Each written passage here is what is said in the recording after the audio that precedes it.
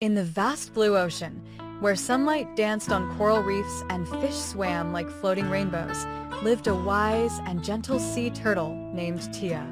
Tia wasn't the fastest swimmer or the loudest voice in the sea, but she was known for something far more important, her kindness. Every morning, Tia glided through the waves, checking on her neighbors. She helped a shy seahorse find his lost shell, untangled jellyfish caught in plastic rings, and guided baby fish through the reef's winding paths. "Why do you always help everyone, even when you're tired?" asked a young dolphin one day. Tia smiled, "Because kindness always comes back, little one, like the waves." One summer, the ocean became unusually busy.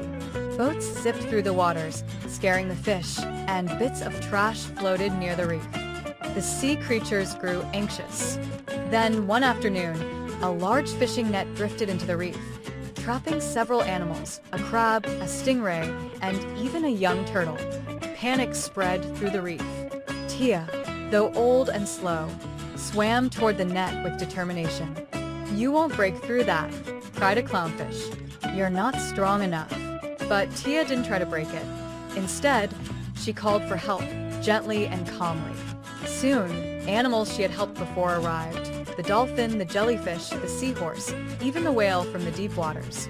Together, with their different skills and teamwork, they cut and pulled and pushed until, snap, the net gave way and the trapped creatures were free. Cheers echoed through the reef. "You saved them, Tia," said the little turtle. Tia shook her head. "We saved them. That's the power of kindness. It builds something stronger than shells or fins. It builds a community." From that day on, the reef felt more connected. Creatures helped one another more often, just like Tia had shown them.